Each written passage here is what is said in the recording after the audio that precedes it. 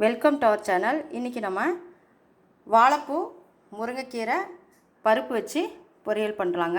அது எப்படி பண்ணலாங்கிறத பார்த்துடலாம். வடை சட்டியில் நம்ம எண்ணெய் ஊற்றலாங்க. கடுகு போடலாம். கடலைப்பருப்பு உளுத்தம்பருப்பு போடலாங்க. இதை நல்லா ப்ரௌன் ஆகிற வரைக்கும் வறுத்துக்கலாம்.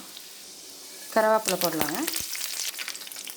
பச்சை மிளகாய் எடுத்துருக்கேங்க, அதை நம்ம லேசாக கீறியிருக்கேன், அதை இதில் போடலாம். பெரிய வெங்காயம் ஒன்று போட்டிருக்கோம். இதையும் நல்லா வதக்கிக்கலாம்.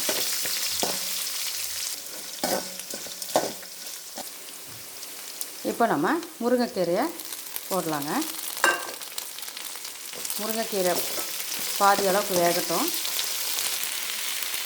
முருங்கைக்கீரையில் கொஞ்சமாக தண்ணி ஊற்றி வேக வைக்கலாங்க. கீரை வேகும் போது நம்ம கொஞ்சமாக உப்பு சேர்த்துக்கலாங்க. முருங்கைக்கீரை நல்லா ஆயிடுச்சுங்க, வெந்துக்கிச்சு. இப்போ நம்ம வேக வச்ச வாழைப்பூ இதில் சேர்த்துக்கலாம். ஏற்கனவே வாழைப்பூவில் கொஞ்சம் உப்பு சேர்த்து வேக வச்சுருக்கோம், அதனால் உப்பு நீங்கள் செக் பண்ணிக்கோங்க. இது ரெண்டையும் நல்லா மிக்ஸ் பண்ணிக்கலாம். இப்போ நம்ம துவரம்பருப்பு வேக வச்சுருக்கோங்க, அதை இதில் சேர்த்துக்கலாம். இதெல்லாம் சேர்த்து நல்லா மிக்ஸ் பண்ணிடலாம். இதோட கொஞ்சம் தேங்காய் துருவல் போடலாம்.